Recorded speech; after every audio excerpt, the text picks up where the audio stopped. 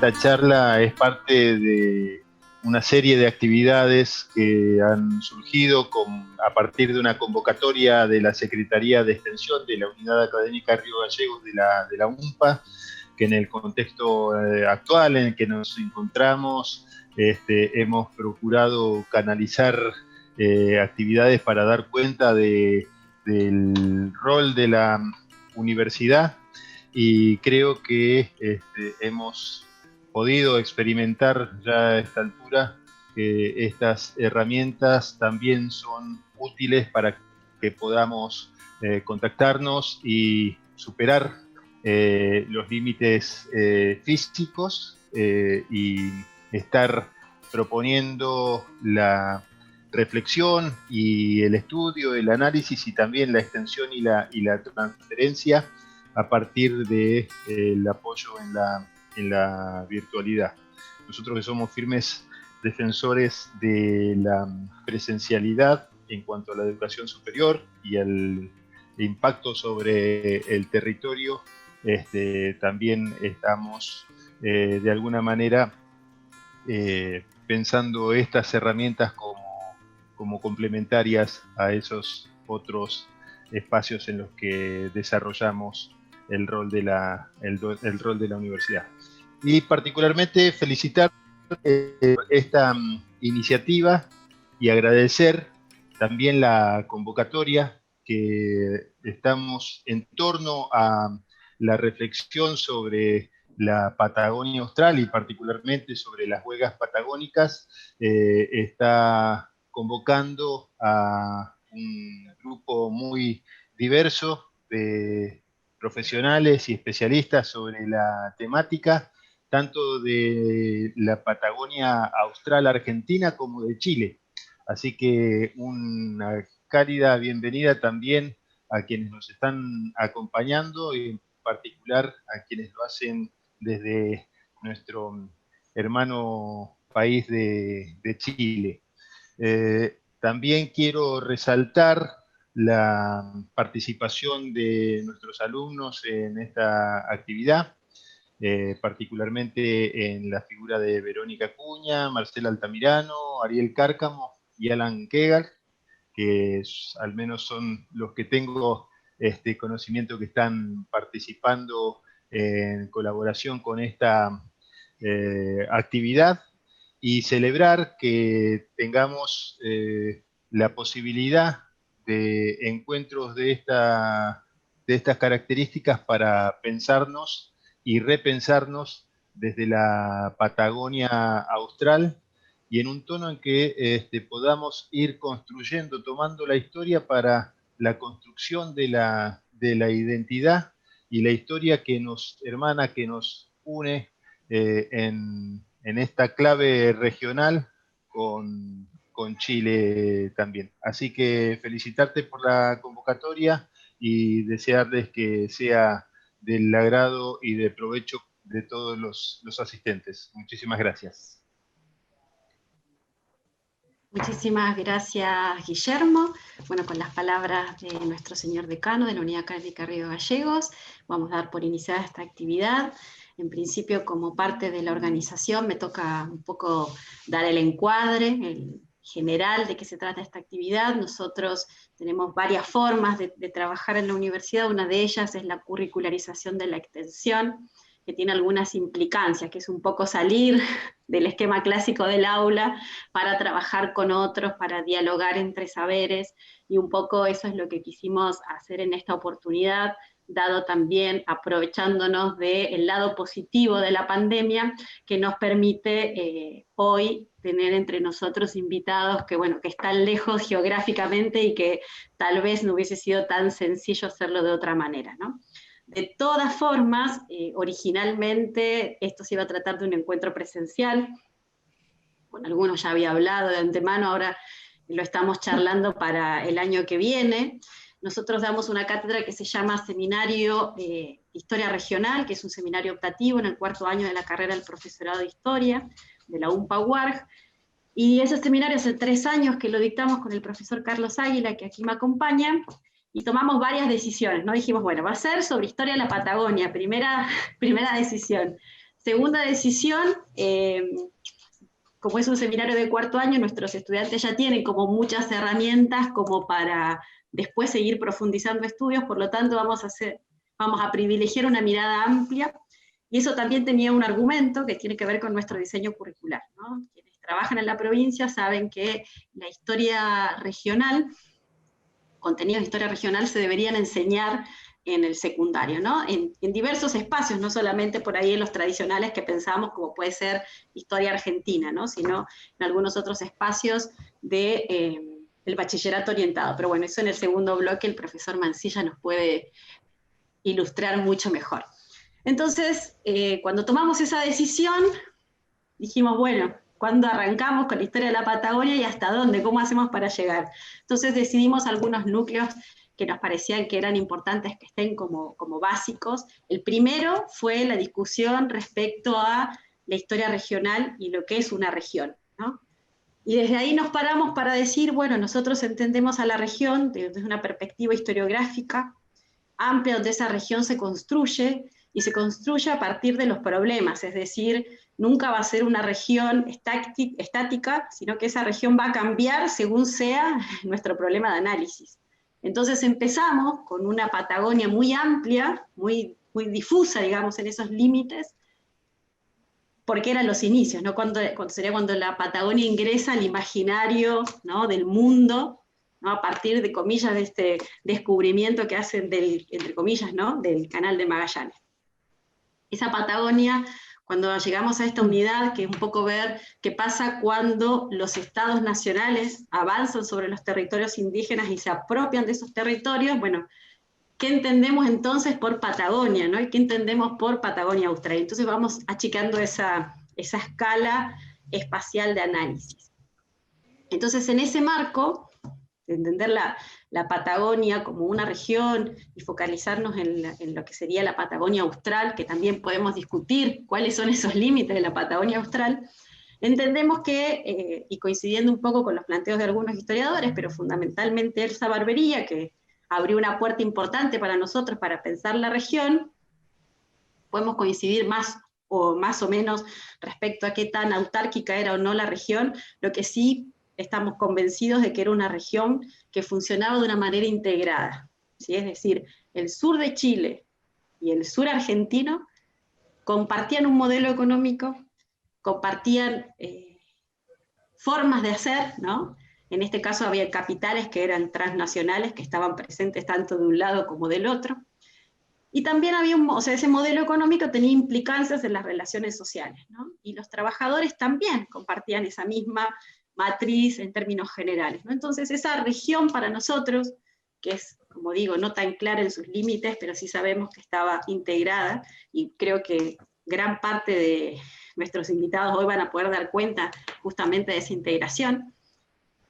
Entonces, cuando decidimos presentar esta propuesta y recurrir a nuestros invitados, que les agradezco que estén hoy aquí, porque algunos ya conocía, como Mauricio, por ejemplo, que tuve el placer de conocerlo, pero bueno, al señor Arriagada y a Jorge los conocí mediados, ¿no?, con otras personas, en realidad al señor Ramón por su libro, y lo contacté vía telefónica para invitarlo. Entonces, ese sería el contexto en el cual nosotros pensamos esta actividad, poder presentar diversos conflictos que hubieron durante esta etapa territorial, ¿no?, de fin del siglo XIX y los inicios del XX, en esta Patagonia Austral.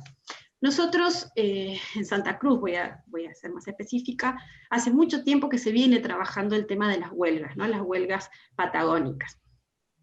Y muchas veces un poco en forma aislada, diría yo, sin ponerlas a dialogar con todo este movimiento obrero que está vigente en toda la región, ¿no? Porque convengamos que los trabajadores tenían una amplia movilidad y eso se da cuenta también en la conformación de las familias, ¿no?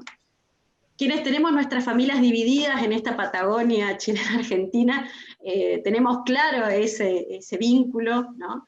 Pero por ahí cuando tenemos que enseñar, y esto de vuelta me parece que para nosotros es muy importante, cuando tenemos que enseñar como profesores de historia en el nivel secundario, que es lo más común, también puede ser en la universidad, tenemos otros desafíos, ¿no?, que es dar cuenta de esa historia en una clave más comprensiva, ¿no? Entonces, es desde ese lugar que nosotros hoy pensamos esta actividad, ¿no? Poder volver a discutir y pensar esa región, que va a ser un poco el telón de fondo, esa región que se integra, que tanto se integra, o no, entre Chile y Argentina en esta Patagonia Austral.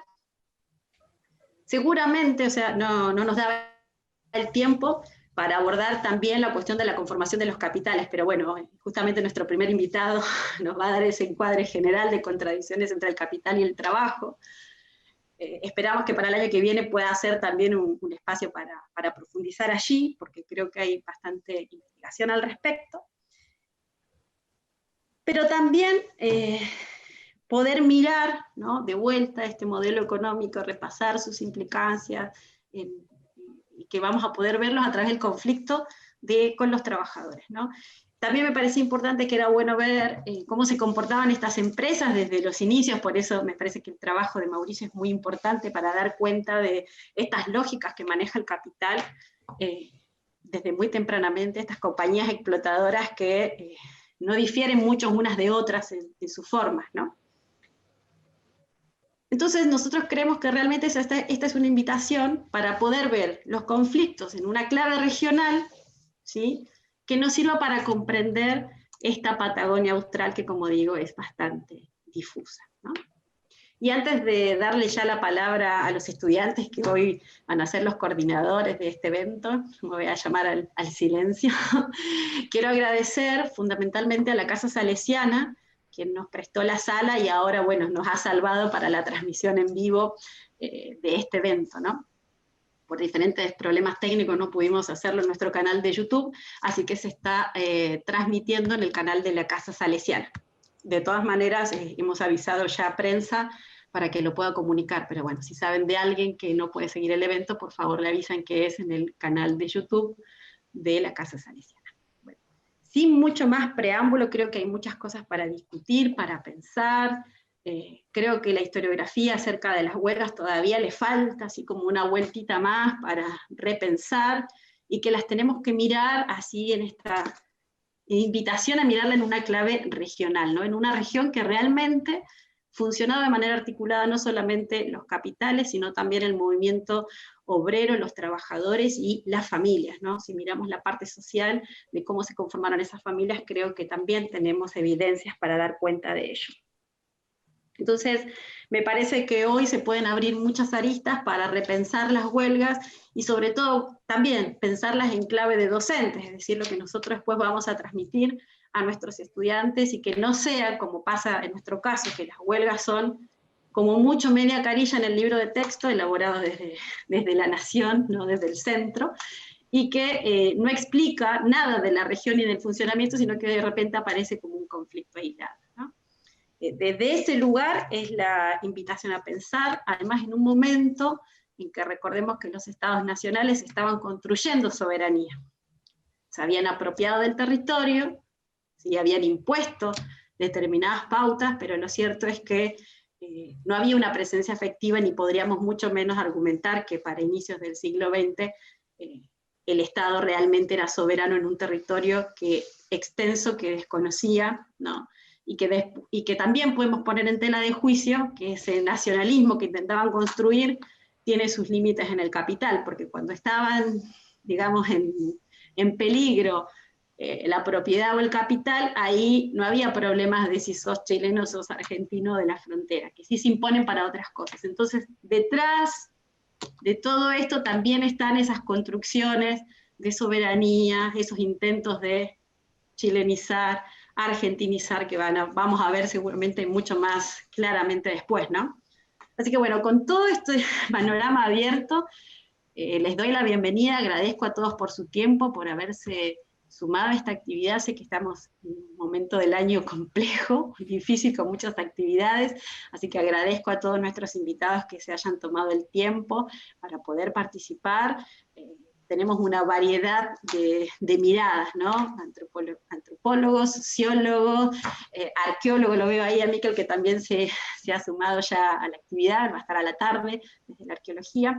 Entonces, bueno, todas esas miradas para repensar esta Patagonia Austral y estos conflictos entre el capital y el trabajo. Así que muchas gracias y bueno, los dejo con Verónica y Marcela, que son ahora quienes coordinan la actividad.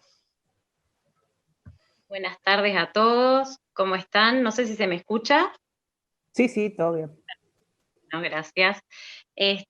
Bueno, yo soy Verónica Acuña, soy de la carrera Profesorado en Historia, estudiante de la Universidad Nacional de la Patagonia Austral, y voy a hacer la presentación del magíster Jorge Vidal Bueno, que es sociólogo de la Universidad Academia de Humanismo Cristiano, magíster en Historia, Universidad de Chile, es profesor en la Facultad de Ciencias Sociales, Universidad Academia de Humanismo Cristiano, es coordinador del Grupo de Trabajo de Sociología del Deporte, Congreso Nacional de Sociología, es investigador en el ámbito de la sociología e historia del fútbol, movimientos estudiantiles y políticas de educación superior, pobreza y políticas de drogas, memoria e historia local, es editor del libro Pelota de Trapo, Fútbol y Deporte en la Historia Popular, de la editorial Quimantu, es coautor de los libros Nada sobre nosotros sin nosotros, Fundación Paréntesis y la educación superior chilena como campo de disputa ideológica, ediciones Unidad Academia de Humanismo Cristiano. Es autor de libros Memoria de una lucha y Bacache, desde la Reforma Cristiana y Constructores de Hogares, Emprendedores de Barrio, Consejo Metropolitano de la Cultura y las Artes.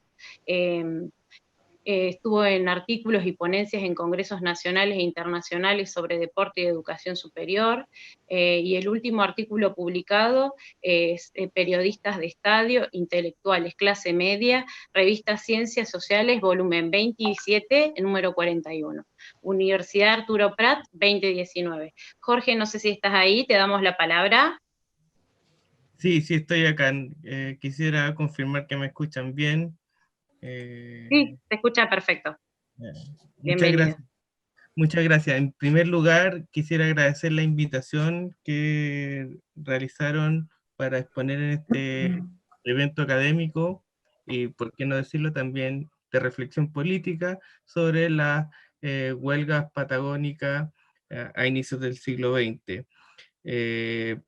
Para mí es un honor haber sido invitado y quisiera también agradecer a Valentín, quien hizo de mediador para esta invitación.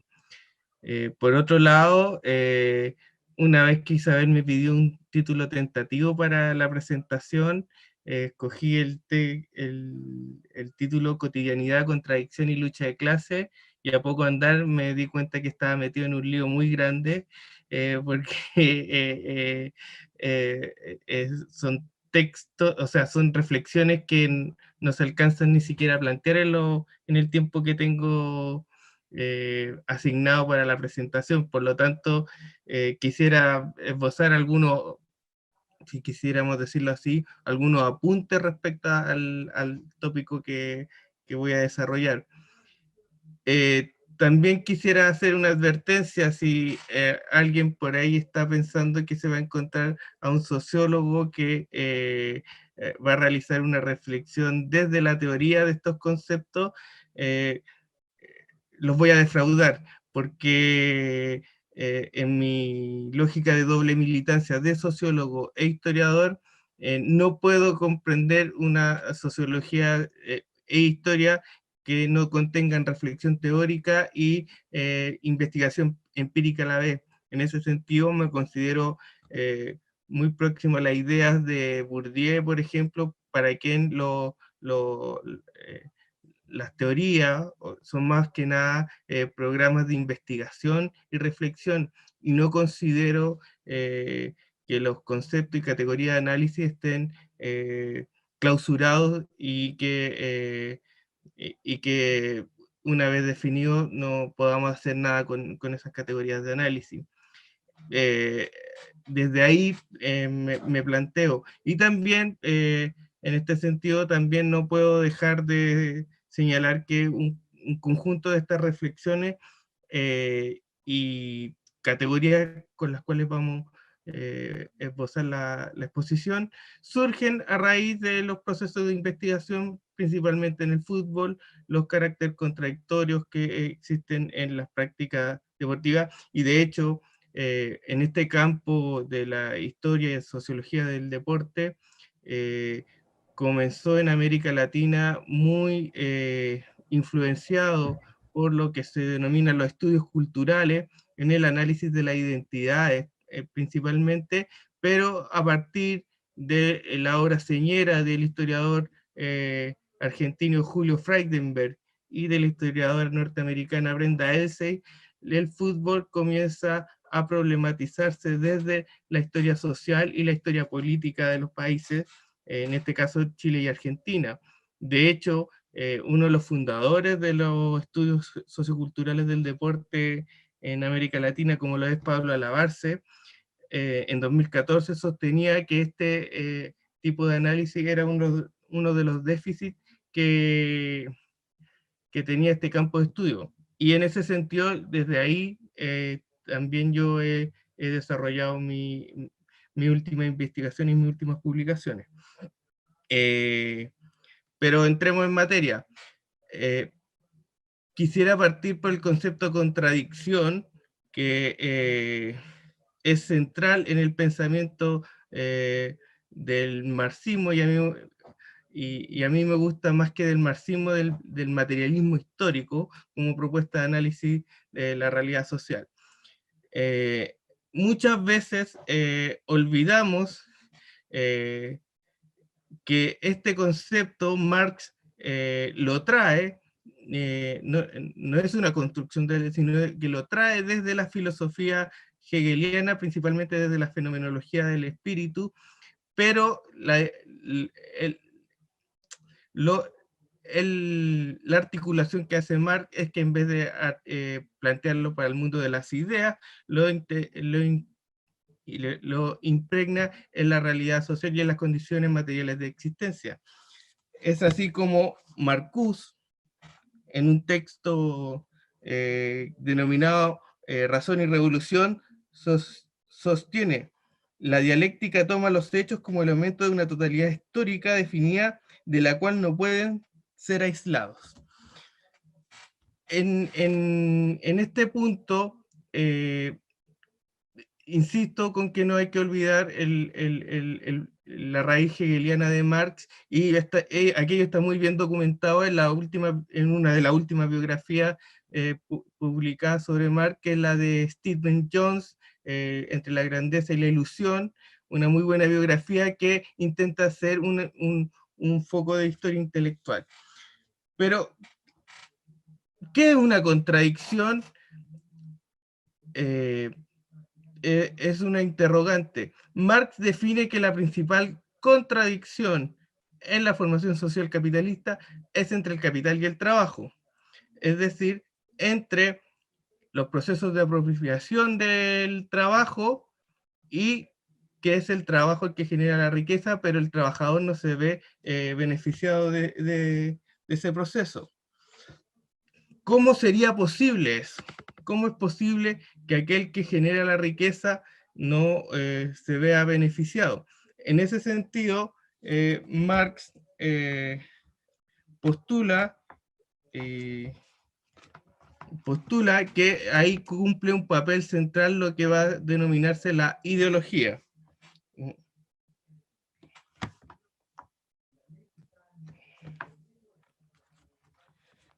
Y por lo tanto, y en este sentido me interesa señalar que la contradicción es un dato, es un componente estructural, pero un dato de la formación social capitalista. Dice Jorge Larraín, sociólogo chileno, en un texto, en una publicación sobre el concepto de ideología, que tiene 4 volúmenes, dice: la contradicción no es constitutiva de todas las cosas, sino la característica de una situación histórica en que los seres humanos están divididos en clases que ellos no eligen y en la que están dominados por los productos de su propia práctica. La contradicción y posible solución de las contradicciones no son procesos ciegos predeterminados que ocurren a pesar de las ideas y actividades humanas, sino son procesos necesariamente que envuelven la práctica consciente de los seres humanos. Por lo tanto, para amar, las contradicciones solo pueden ser resueltas en situaciones históricas concretas, de manera que tal negación del polo invertido implica su destrucción. Para amar, la superación solo puede ocurrir por medio de la alteración práctica y destrucción material de la contradicción. Esto significa que la preocupación central de Marx era histórica respecto a las contradicciones reales. Cuando intento señalar el carácter estructural y, si quisiéramos, de datos de las contradicciones, quiero señalar, oponerme a cierta perspectiva de la teoría de la historia, que basta la existencia de la contradicción para que éstas se resuelvan históricamente. Muchas veces, y me toca revisar tesis de grado y de posgrado, y bueno, y en los artículos, la noción de contradicción aparece vinculada o como sinónimo de conflicto. Y para que haya conflicto, tienen que ver a actores conscientes de la contradicción, pero no únicamente de la contradicción. Y en ese sentido, la noción de lucha de clases me parece relevante. La lucha de clases, aquello que es el motor de la historia, según Marx, no se mueve únicamente, como lo diría el historiador británico Edward Thompson, por estas contradicciones, sino se combinan en ella un conjunto de experiencias y tradiciones que están insertas en los procesos de formación de clase.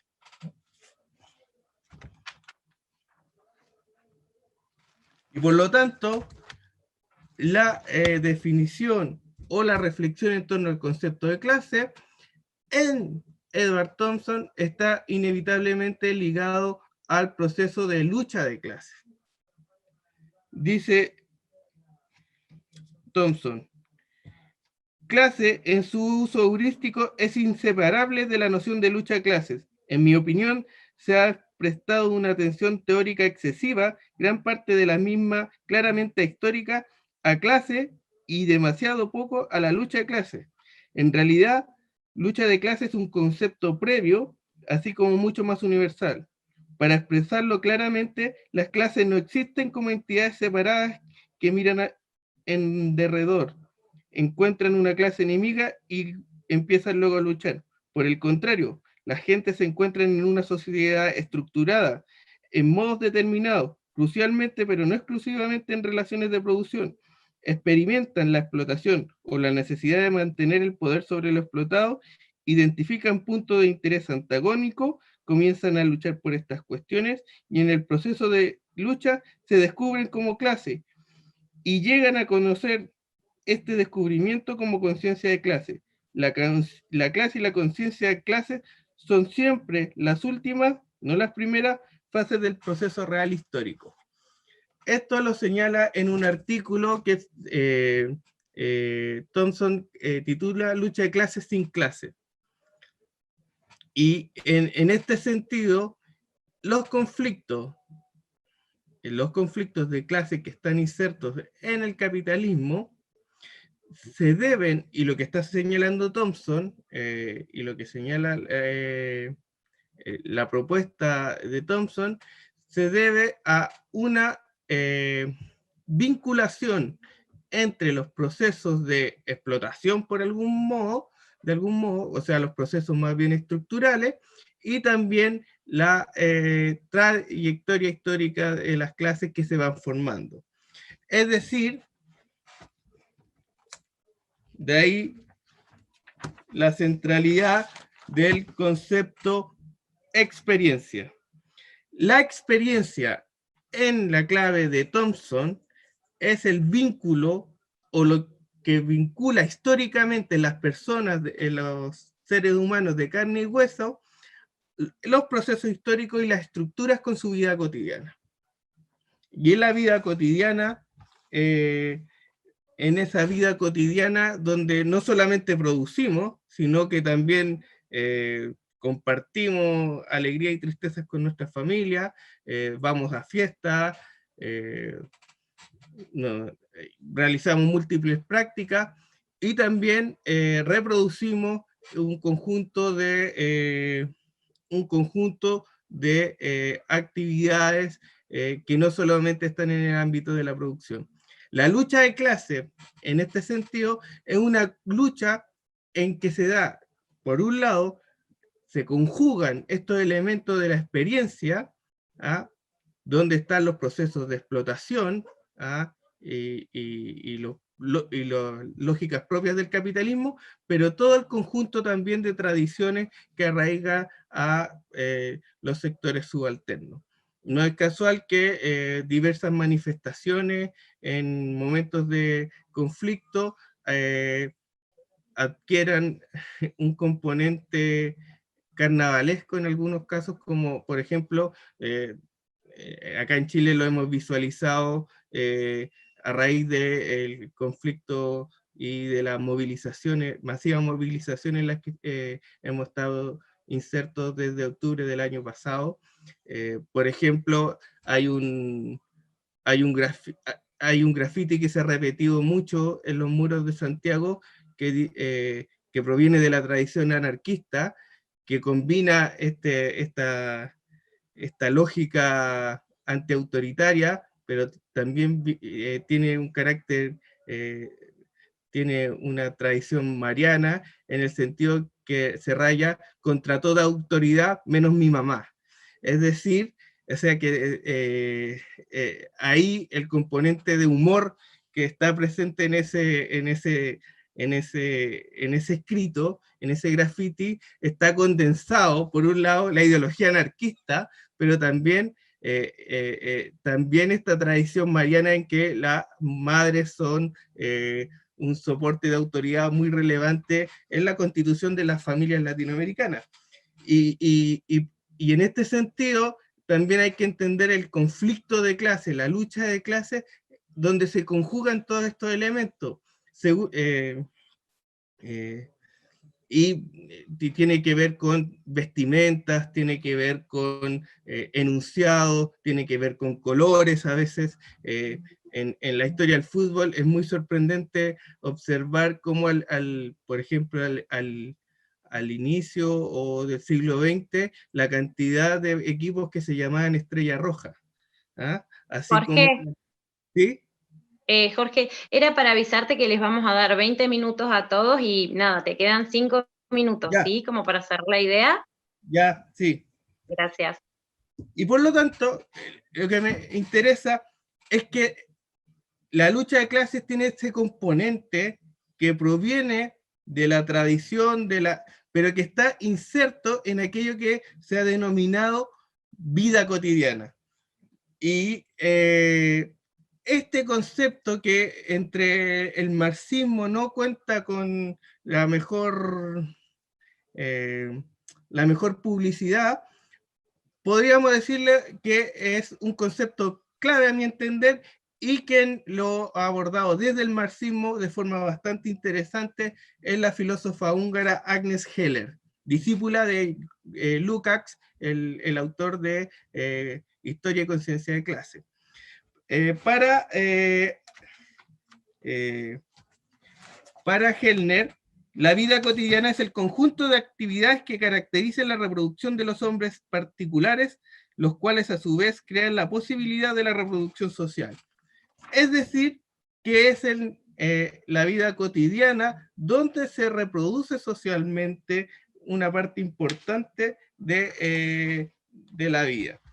La vida cotidiana también tiene una historia, y esto es cierto no solo en el sentido que las revoluciones cambian radicalmente la vida cotidiana, por lo cual bajo este aspecto es un espejo de la historia, sino también en cuanto a los cambios que se han determinado en el modo de producción, a menudo y tal vez casi siempre se expresan en ella antes que se cumpla la revolución social a nivel macroscópico.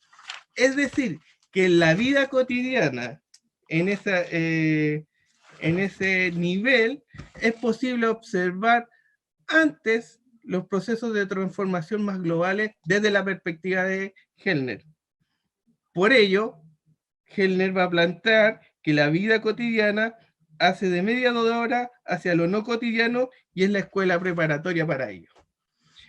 Por ello, me parece interesante vincular que los conflictos a raíz de las contradicciones de clase que adquieren la forma de lucha de clases provienen en cierta medida de aquello que hemos denominado vida cotidiana, y que en la vida cotidiana, este concepto que muchas veces es vilipendiado, podemos observar procesos de transformación que posteriormente pueden ocurrir a nivel estructural.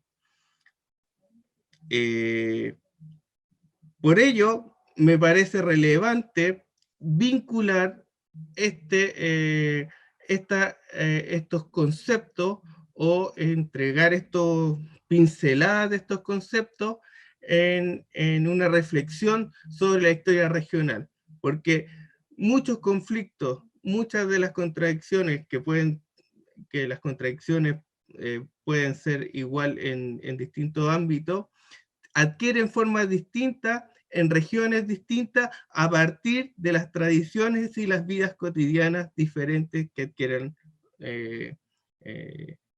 los hombres de carne y hueso. ¿Para qué hablar de cómo el concepto de vida cotidiana es central en los análisis respecto a los estudios de género, etcétera, etcétera, que son muy fecundos porque han logrado vincular lo que se denomina el ámbito de la vida privada con el ámbito público. Y por eso creo que son conceptos relevantes e interesantes sobre los cuales reflexionar.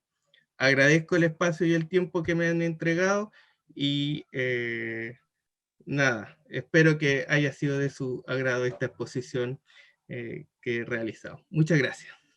Muchas gracias, Jorge, gracias por compartir tu información.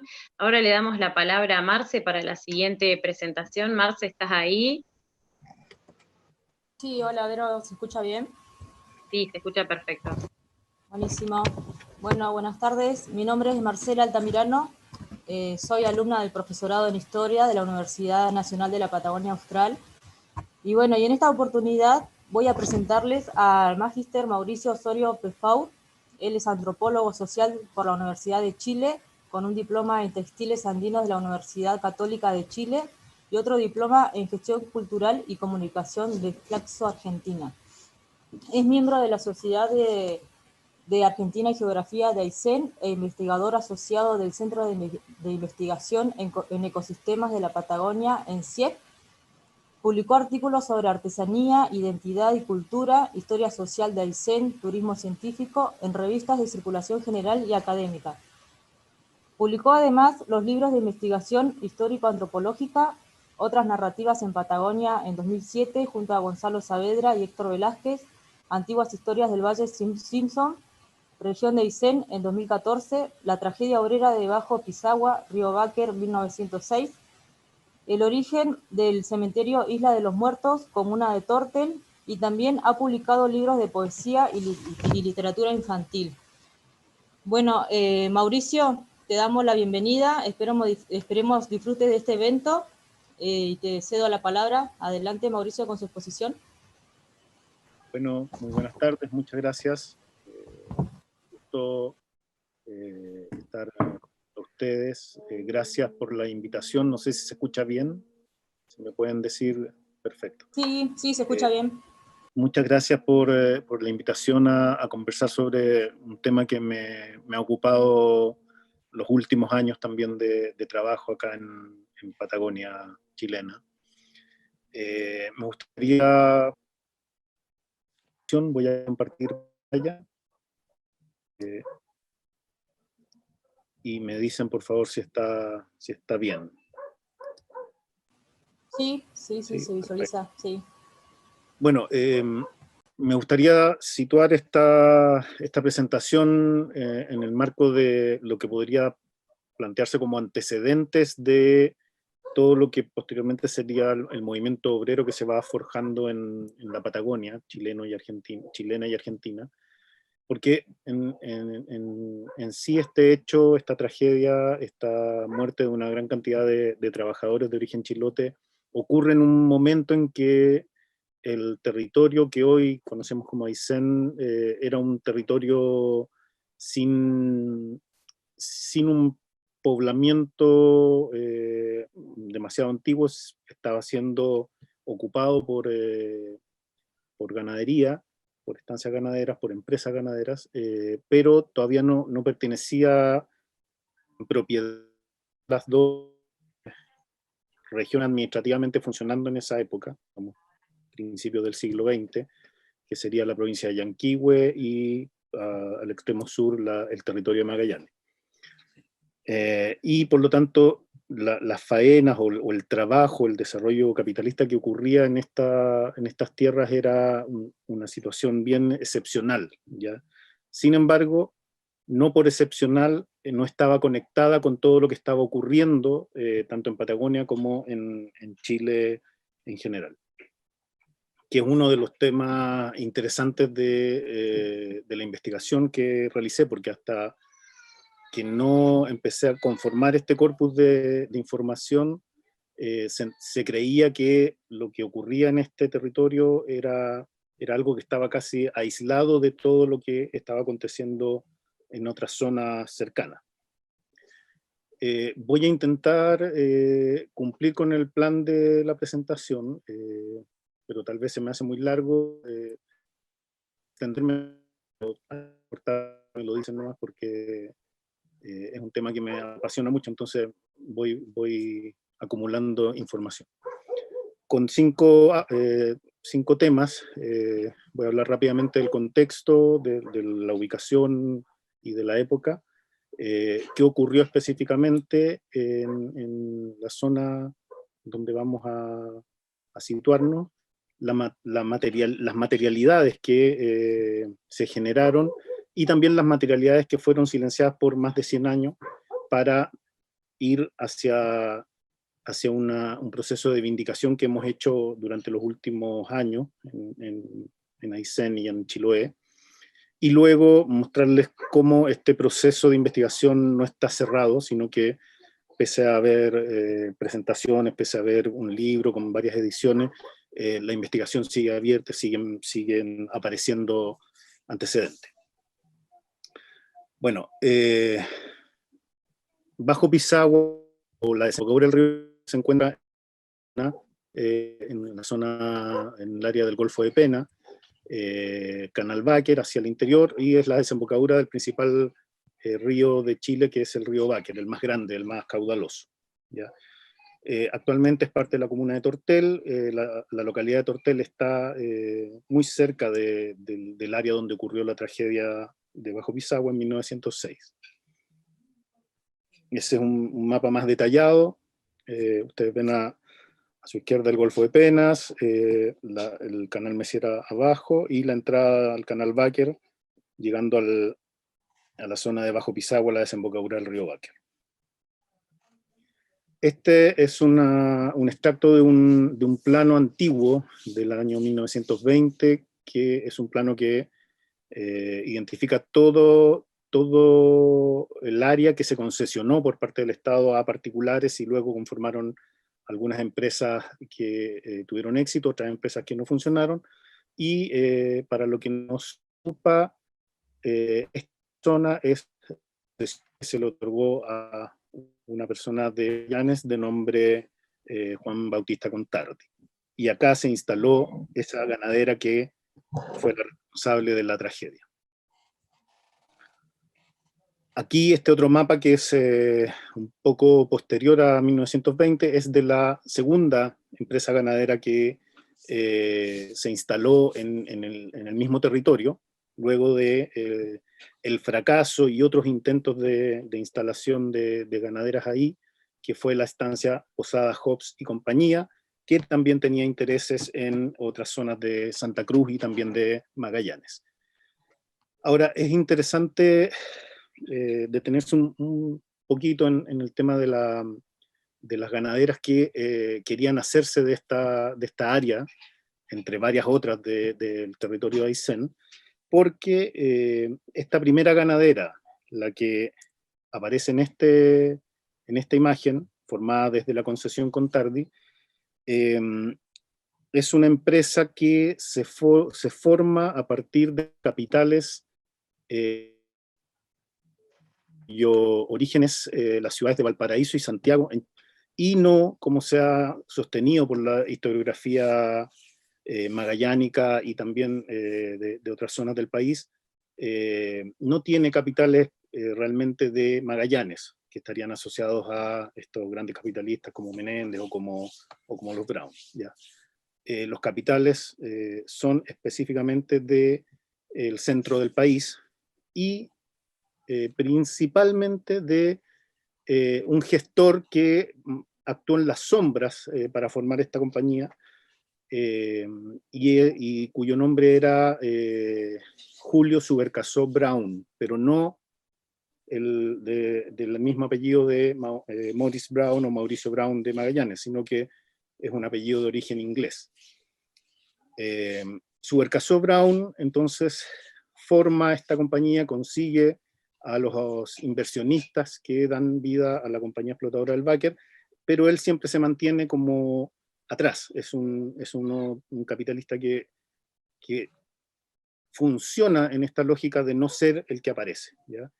Y de a poco, con los pocos años en que duró la empresa, fue generando la situación de que el banco que él administraba, era el banco de su padre, Francisco Subercaseaux, fue comprando y comprando todas las acciones de esta empresa hasta convertirse en el principal accionista. Sin embargo, el mismo Julio Subercaseaux llevó a la quiebra el banco de su padre y con eso hizo un efecto dominó que incluyó a la compañía explotadora del Báquer, que hacia 1907-1908 quebró. ¿Ya?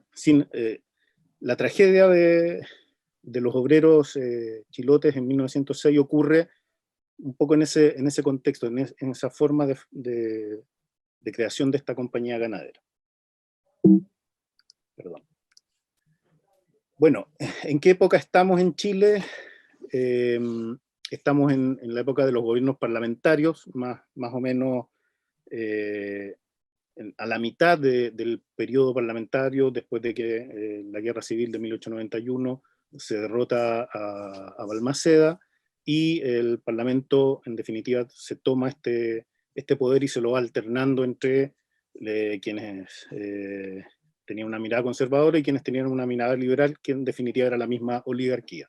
Pero en esa época, principios del siglo XX, va surgiendo una burguesía que tiene una mirada un poco más progresista y de a poco va disputando algunos espacios, tanto en el Parlamento como en otras áreas de la vida política, social y económica del centro del país. Estamos hablando del centro de Chile y en algunas regiones también. Tema que va a ser relevante para la denuncia de lo que había ocurrido en Bajo Pisagua. Por su parte, el movimiento obrero está en proceso de formación en el norte de Chile, en la zona minera y en la zona de explotación de principalmente el salitre, algunas minas de cobre también y de otros minerales, y también está en formación con harta fuerza en el centro de Chile. Hacia el sur, ese movimiento obrero recién está recibiendo alguna información muy débilmente. En Magallanes, de 1910 en adelante, ya empieza a forjarse un movimiento obrero, pero antes de eso todavía estaba en una situación en que los trabajadores venían de una extracción campesina, como los de Bajo Pisagua, y todavía no tenían una real idea de cómo enfrentar la explotación que estaban sufriendo a través de los enganches y las formas de trabajo que les ofrecían los capitales de la zona del extremo sur. Se habían producido ya algunas situaciones de manifestación social y represión militar y policial en Valparaíso, en 1903, en Santiago en 1905, que tiene mucha relación, la de Santiago, con el tema principal de explotación de las ganaderas en el extremo sur, que fue lo que se llamó la huelga de la carne, y también un año después de Bajo Pisagua, lo que ocurrió en Iquique. ¿Qué pasó en 1906? En el invierno de ese año fallecen en Bajo Pisagua, en la desembocadura del río Báquer, 59 trabajadores de origen chilote. Trabajadores que principalmente venían de la zona de Dalcahue y todas sus comunidades rurales aledañas y de Isla Quinchao. Eran parte de un contingente de más de 200 obreros de este mismo origen, con algunos poquitos de origen en la zona de Puerto Montt, que habían sido enganchados desde fines de 1905 para ir a una faena principalmente de explotación de ciprés de las Huaytecas en la zona de la desembocadura del río Báquer, y también la apertura de caminos y para la implementación, en definitiva, de la faena ganadera de la compañía explotadora del Báquer. Ocurre que estos trabajadores debieron haber salido en mayo de ese año 1906, sin embargo, el gerente a cargo de toda esa logística, si bien fue al campamento en abril y se quedó hasta junio de 1906, no fue capaz de generar la llegada de un vapor que fuera a sacar a los trabajadores del lugar, y los trabajadores finalmente quedaron abandonados porque este gerente, cuyo nombre era Florencio Tornero Echeverría, salió del lugar, salió intempestivamente del lugar para dirigirse rumbo a Punta Arenas, pero en una salida que, a la luz de los antecedentes que actualmente tenemos, parecía una escapatoria, digamos. O sea, el tipo estaba escapando de lo que se le venía encima.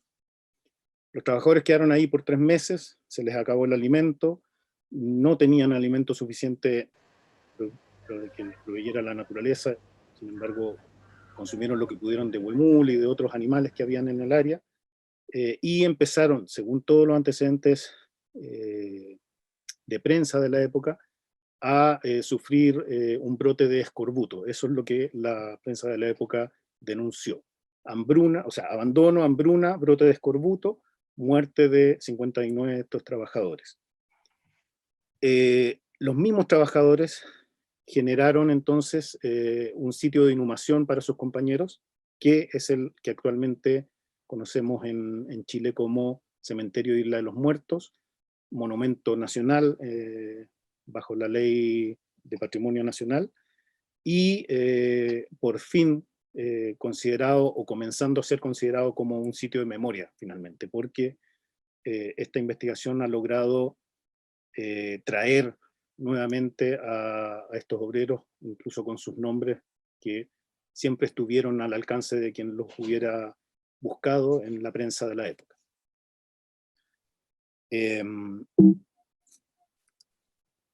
Bueno, yo, si me permiten, le decía a Isabel que también ella le puso como título 1905. Efectivamente, también en 1905 ocurrió otro hecho que es de menor envergadura, pero incluye fallecimiento de obreros en el mismo lugar, pero que fue un accidente que sufrieron trabajadores de avanzada que estaban explorando el área, y el bote en el que andaban, o la embarcación en la que andaba, se volcó, y fallecieron entre 3 y 4 de esos obreros en 1905, de los cuales desconocemos si fueron ubicados posteriormente o no. Solamente encontramos el dato en la prensa de la muerte de estos trabajadores.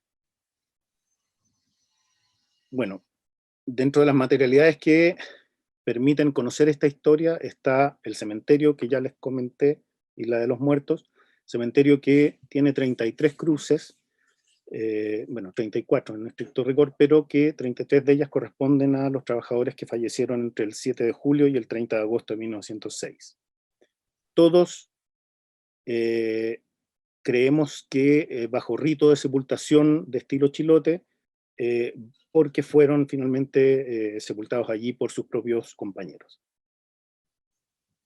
Esa es una imagen que no está a escala, por favor, simplemente es un esquema, de la forma del cementerio. Actualmente fue levantada esta imagen por un equipo de arqueólogos, y esa es una imagen de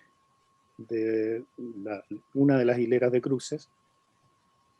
Y acá tenemos otra materialidad que fue investigada por este grupo de arqueólogos a cargo de Francisco Mena, que excavaron una sola tumba y encontraron evidencia de la presencia de un ataúd, del estilo ataúd de codo, que era muy tradicional en Chiloé, hecho en madera de ciprés porque resistió el tiempo, digamos, 100 años casi, y en cuyo interior, lamentablemente, no había evidencia de cuerpo humano, porque había sido todo consumido por la agresividad del terreno.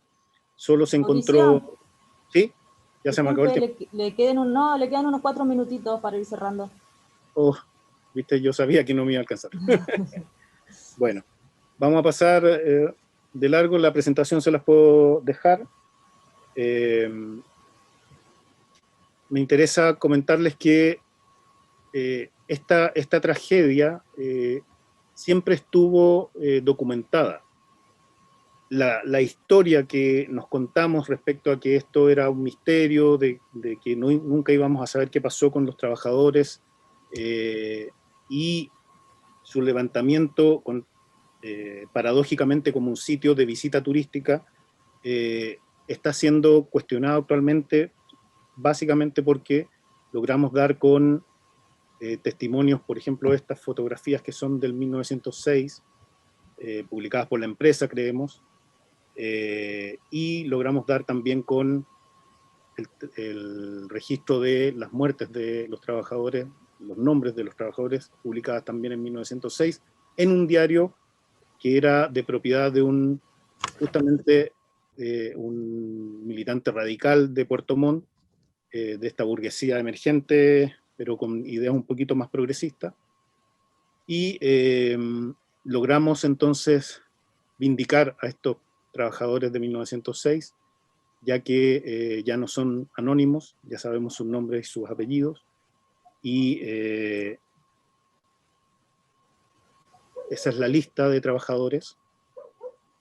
Tal vez muchos de estos apellidos se vuelven a repetir en las huelgas del 21, tal vez son muchos de ellos parientes de algunos trabajadores, porque un testimonio de Tortel, del señor Reinaldo Sandoval, indica que él escuchó la versión oral de lo que ocurrió en Bajo Pisagua como un envenenamiento, esa es la versión oral, se lo escuchó a trabajadores que él conoció en 1921 en estancias argentinas. Entonces es muy posible que trabajadores sobrevivientes de esta tragedia, que se fueron nuevamente a trabajar a Argentina, contaron la historia a muchas personas más en ese territorio cuando estaban forjándose este levantamiento, esta huelga general en Santa Cruz. ¿Sí? Lo voy a dejar hasta ahí porque creo que ya el tiempo no me da. Les agradezco mucho, y nada, cualquier consulta que tengan, aquí estoy. Bueno, muchas gracias. Les recordamos que al finalizar este primer bloque vamos a estar cerrando con preguntas a los expositores. Para los usuarios de la sala pueden ir realizando sus consultas en el chat. Bueno, y a continuación les voy a presentar al siguiente expositor, que él es el licenciado Ramón Arriagada. Es sociólogo, fue profesor en la Universidad de Magallanes, columnista del diario La Prensa Austral de Punta Arenas, residente en la ciudad de Puerto Natales, dedicado a la actividad privada, empresario, autor de 2 libros, Juan Ladrilleros, El navegante olvidado, del 2004, y La rebelión de los tirapiedras, Puerto Natales, 1919, del 2011, que ya va por su 4ª edición. Le damos la bienvenida, le cedo la palabra. Adelante, Ramón, con su exposición. ¿Está por ahí?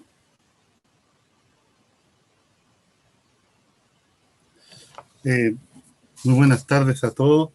La verdad es que debo agradecer la invitación que me han hecho. Esta es una invitación entre patagónicos. Estamos tan cerca y tenemos tan poca posibilidad de comunicarnos.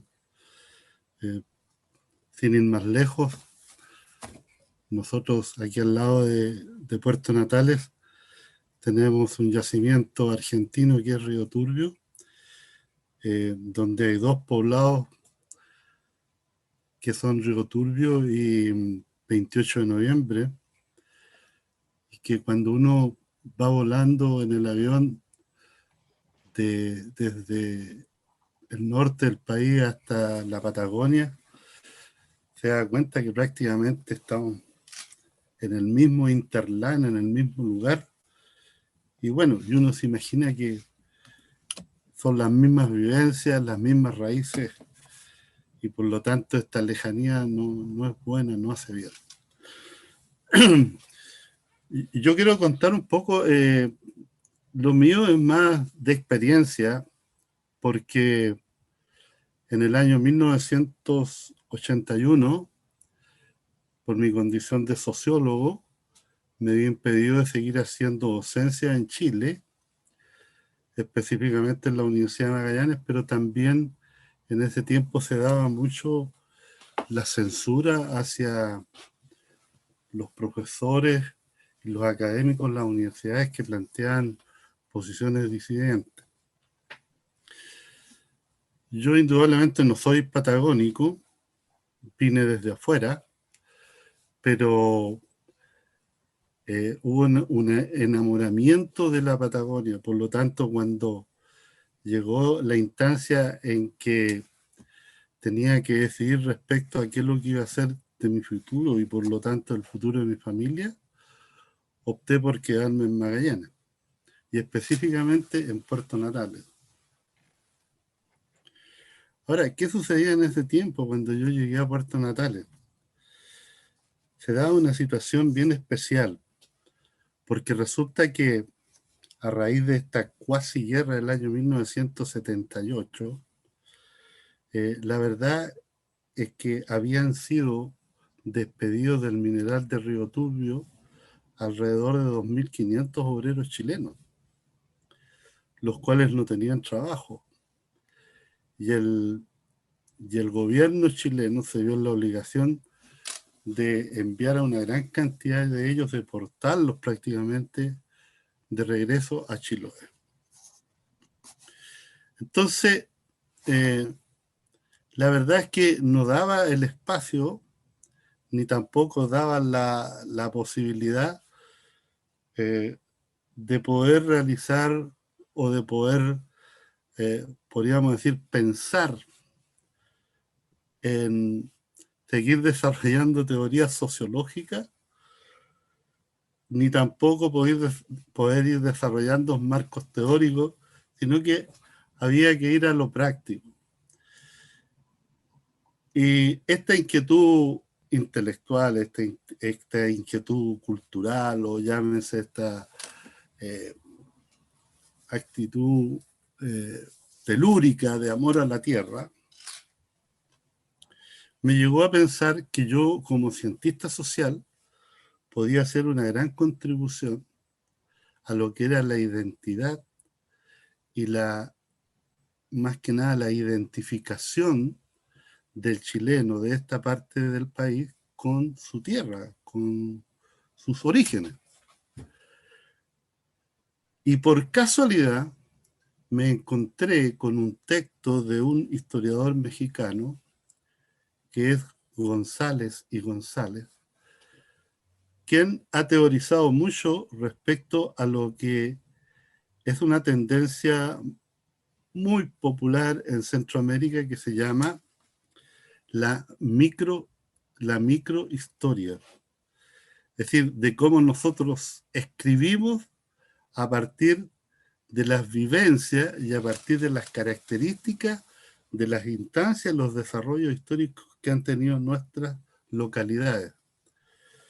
Y llega a tal que González y González plantea que uno se transforma y tiene que transformarse, y esto es bueno para todos los estudiantes en estos momentos que están participando en esta conferencia, en el sentido de que podemos transformarnos en lo que González y González en esto de la microhistoria llama nos llama a ser el campanario del pueblo, es decir, el campanario, la persona que ve desde arriba de la torre del pueblo, ve todos los acontecimientos que se van dando.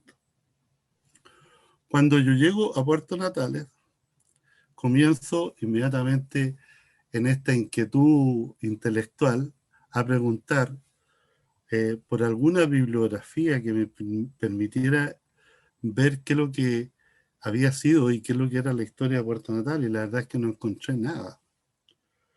Entonces, por ejemplo, se daba el caso que mucha gente no sabía diferenciar entre quién era el descubridor de Puerto Natales con respecto a quién era el fundador de Puerto Natales.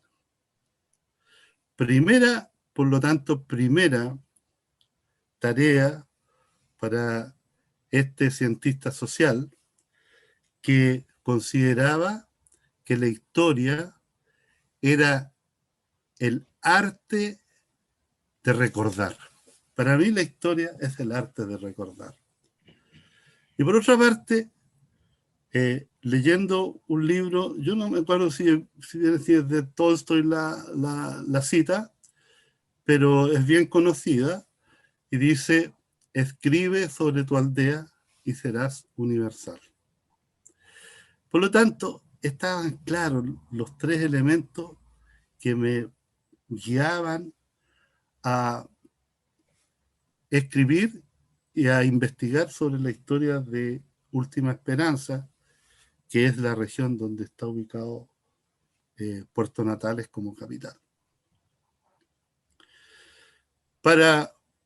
Y esto es muy cortito, para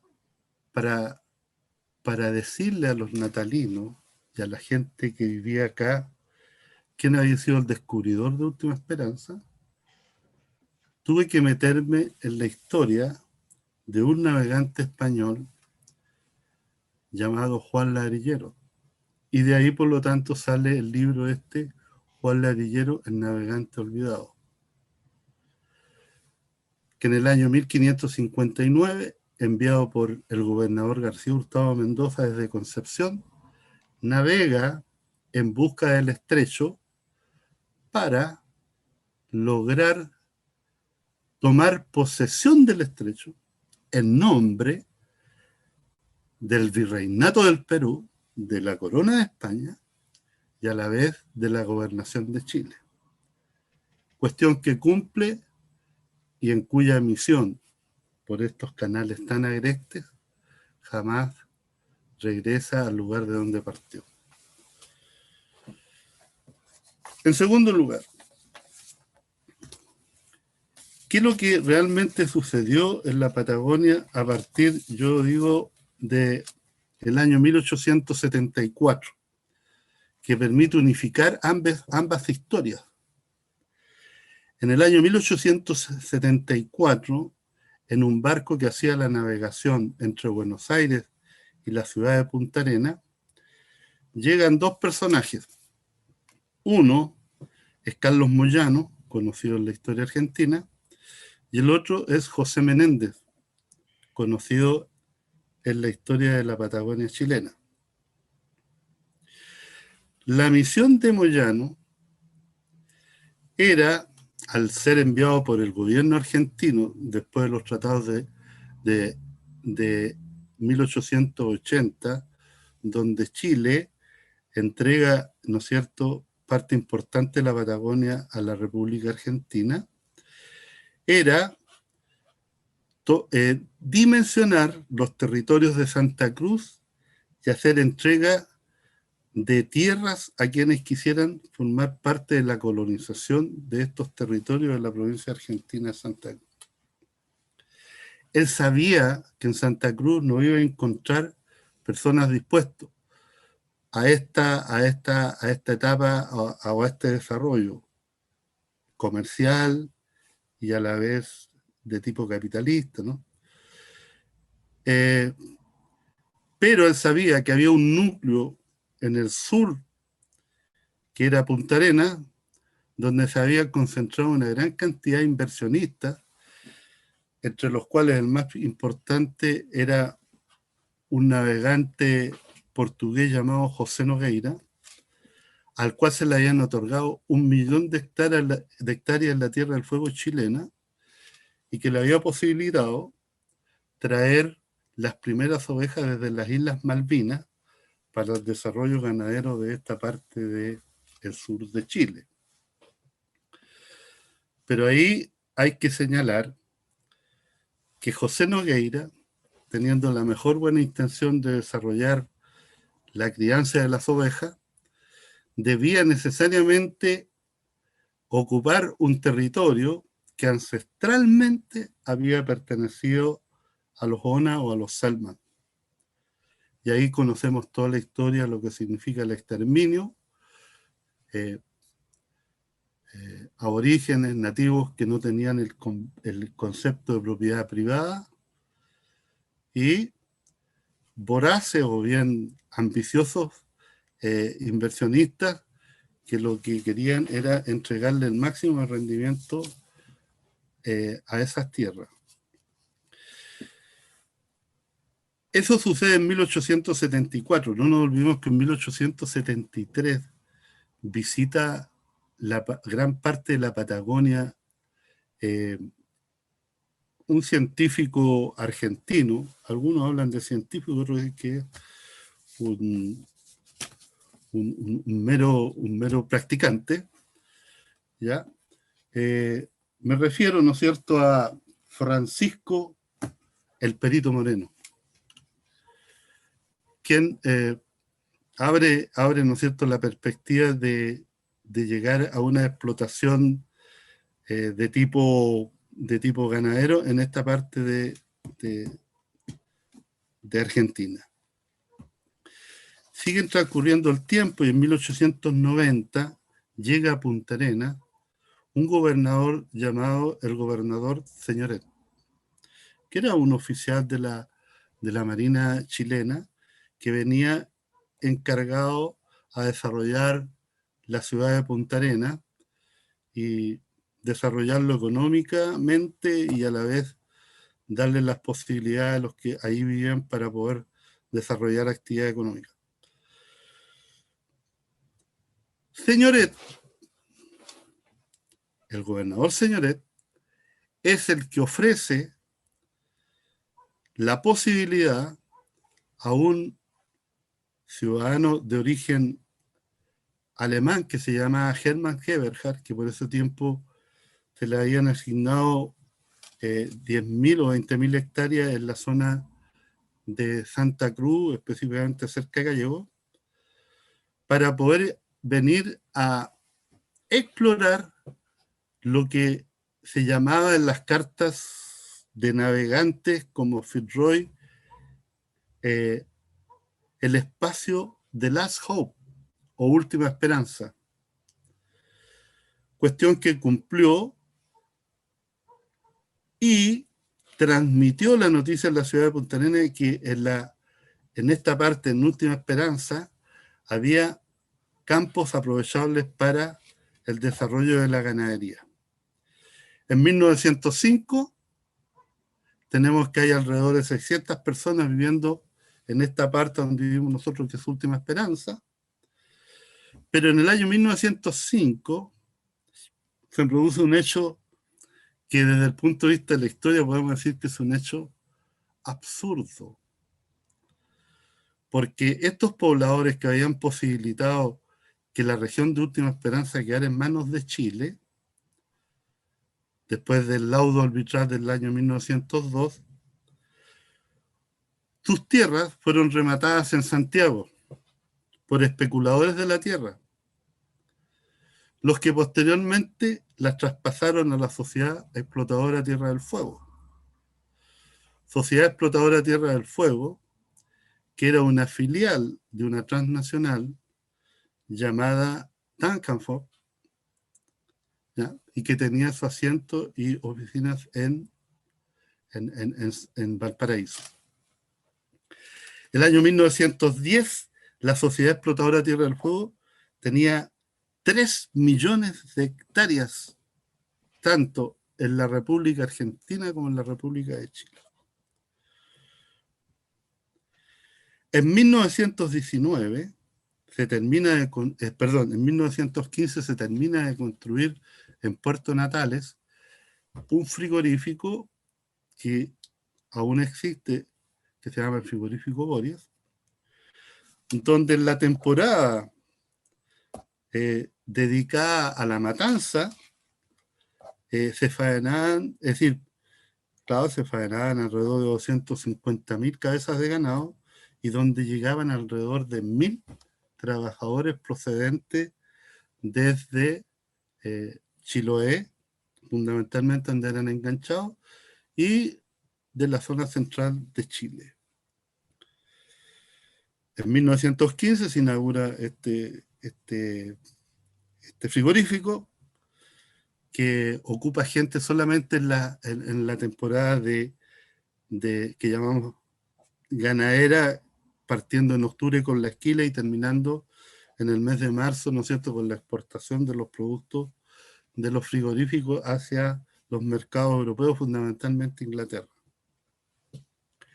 En 1919 se produce un enfrentamiento violento en el frigorífico Boreas, a lo que hace lugar el libro el cual escribí, que se llama La rebelión de los tirapiedras. Este libro está editado en el año 2011 con motivo de los 100 años de Puerto Natales. La rebelión de los tirapiedras, Puerto Natales, 1919. En esos enfrentamientos murieron 6 dirigentes sindicales, 6 dirigentes de los operarios frigoríficos y 4 carabineros. En 1920 se produce el asalto a la Federación Obrera de Magallanes en Punta Arenas, con también un trágico fin. Y todo esto va a desembocar en el año 1921, en diciembre de 1921, enero de 1922, con lo que es, ¿no es cierto?, la muerte de los peones de la sublevación de las estancias argentinas en el sur austral de esta república. Entonces, ¿cuánto me queda? Sí, disculpe, le quedan 4 minutitos, le quedan. Ya. 4 minutos. Entonces aquí llego a la conclusión: ¿cómo no hacer globalizante el proceso de integración entre chilenos y argentinos en la Patagonia? Claro que los oportunistas nunca sobran, ¿no? O faltan. Pero yo me he dado cuenta que hay ciudades en el sur de Chile, lo que nosotros podríamos llamar el norte, aproximadamente por ahí frente a la provincia de Neuquén, que hablan de ser la puerta de la Patagonia. Por eso yo no hablo de Patagonia Austral, hablo de la Patagonia. Nosotros vivimos, para mí vivimos en la Patagonia profunda. Me parece más acertado. Esto todo a partir de lo que es la actividad del turismo, porque el turismo, desde el punto de vista de lugares excéntricos para los viajeros y para los turistas, el turismo hace énfasis en territorios, podríamos decir, que son poco visitados y un poco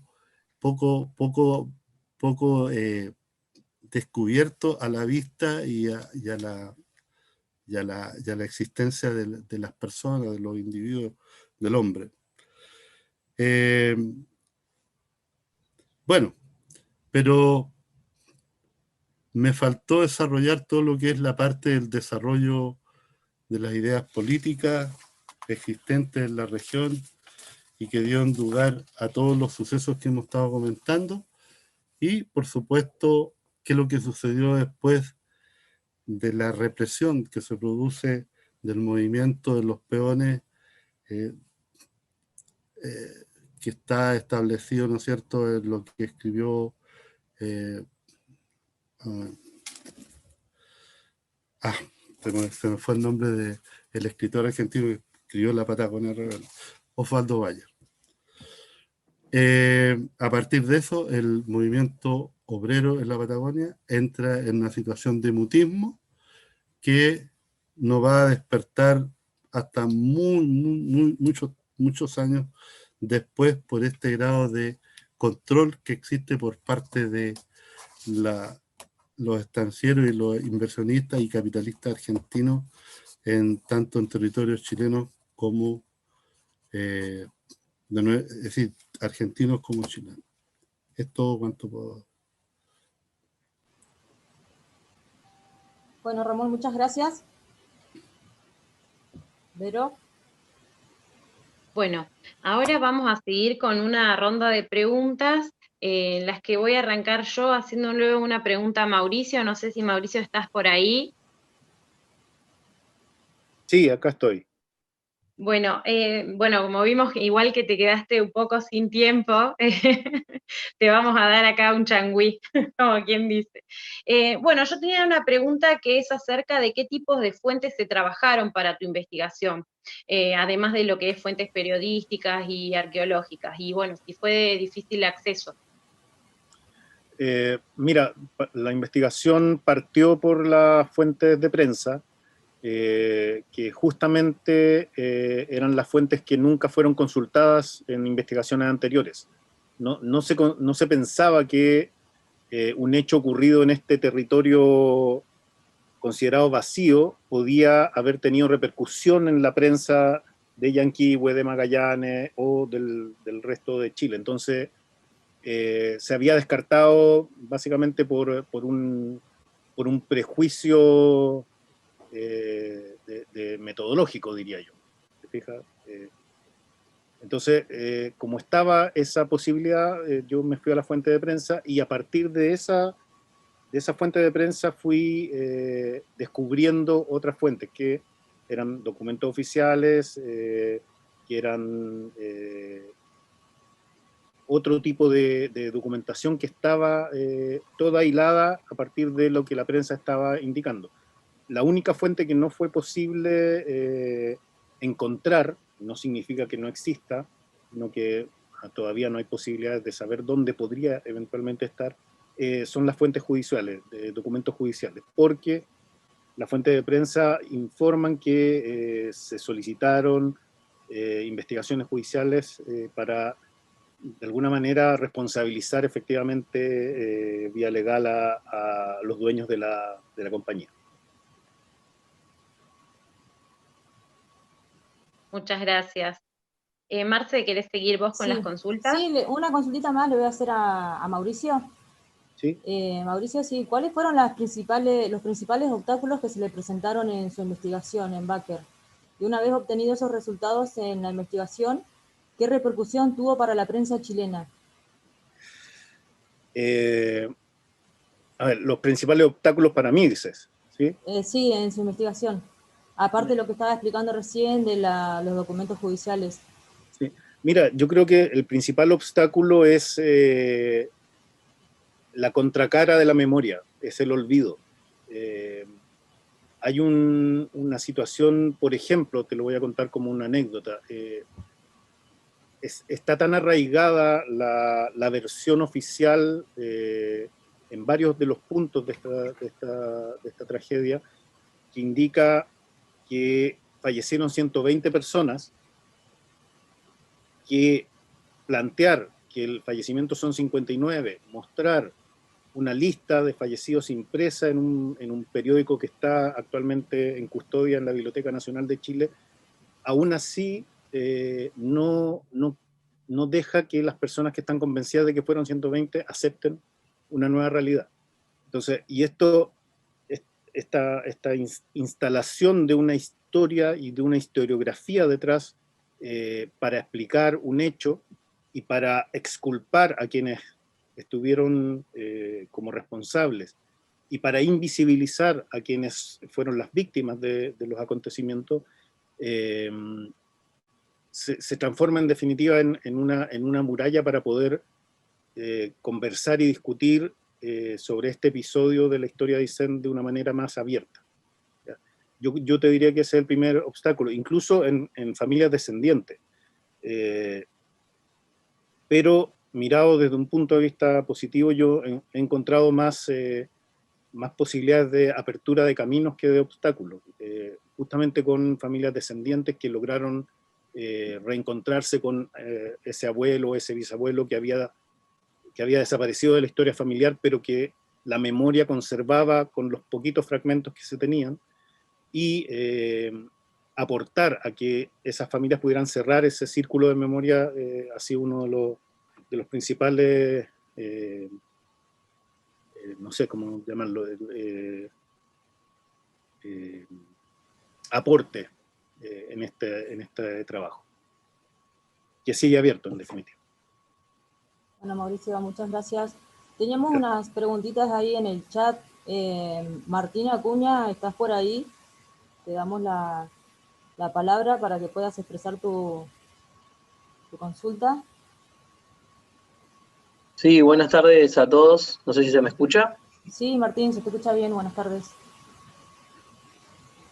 Sí, no, yo estaba siguiendo atentamente la exposición de Jorge Vidal y un poco mi pregunta era en torno a cuál era el uso de algunos conceptos que él había empleado, como el de lucha de clases y de cotidianidad, ¿no? Un poco lo había puesto ahí en el chat, pensando en esta idea, por un lado, de la clase, ¿no? Como una construcción política en torno a la lucha del poder, y quizás más lo cotidiano, digamos, pensando en la idea esta de la clase como cosa en sí, como cosa objetiva, ¿no?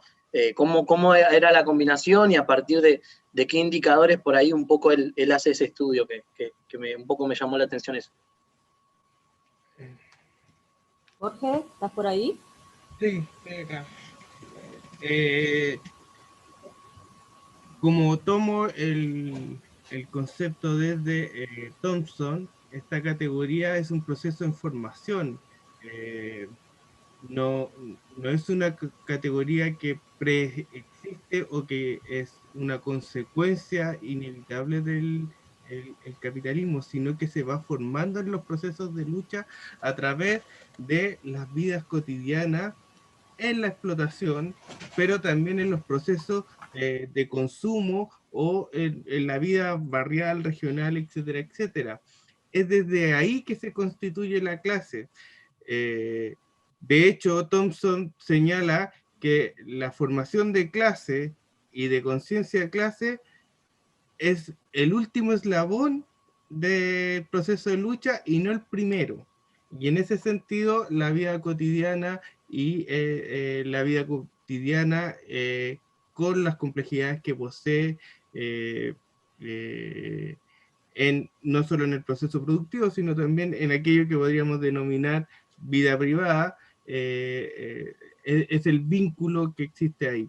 Y por lo tanto, no habría que separar estos dos ámbitos. Esa es un poco la propuesta de Thompson. ¿Ah? Básicamente, lo que está proponiendo es un análisis histórico de los procesos de formación de clase. ¿Ah? Porque en este sentido, las clases se forman en los procesos de lucha y no necesariamente son la consecuencia inevitable de el capitalismo entendido como clase, como un actor que está en la lucha, la clase como un sujeto político. Eso. Bueno, muchas gracias Jorge y Martín. Vero. Le vamos a dar la palabra a Tita. ¿Puede ser que haya levantado la mano? Tita, ¿estás ahí?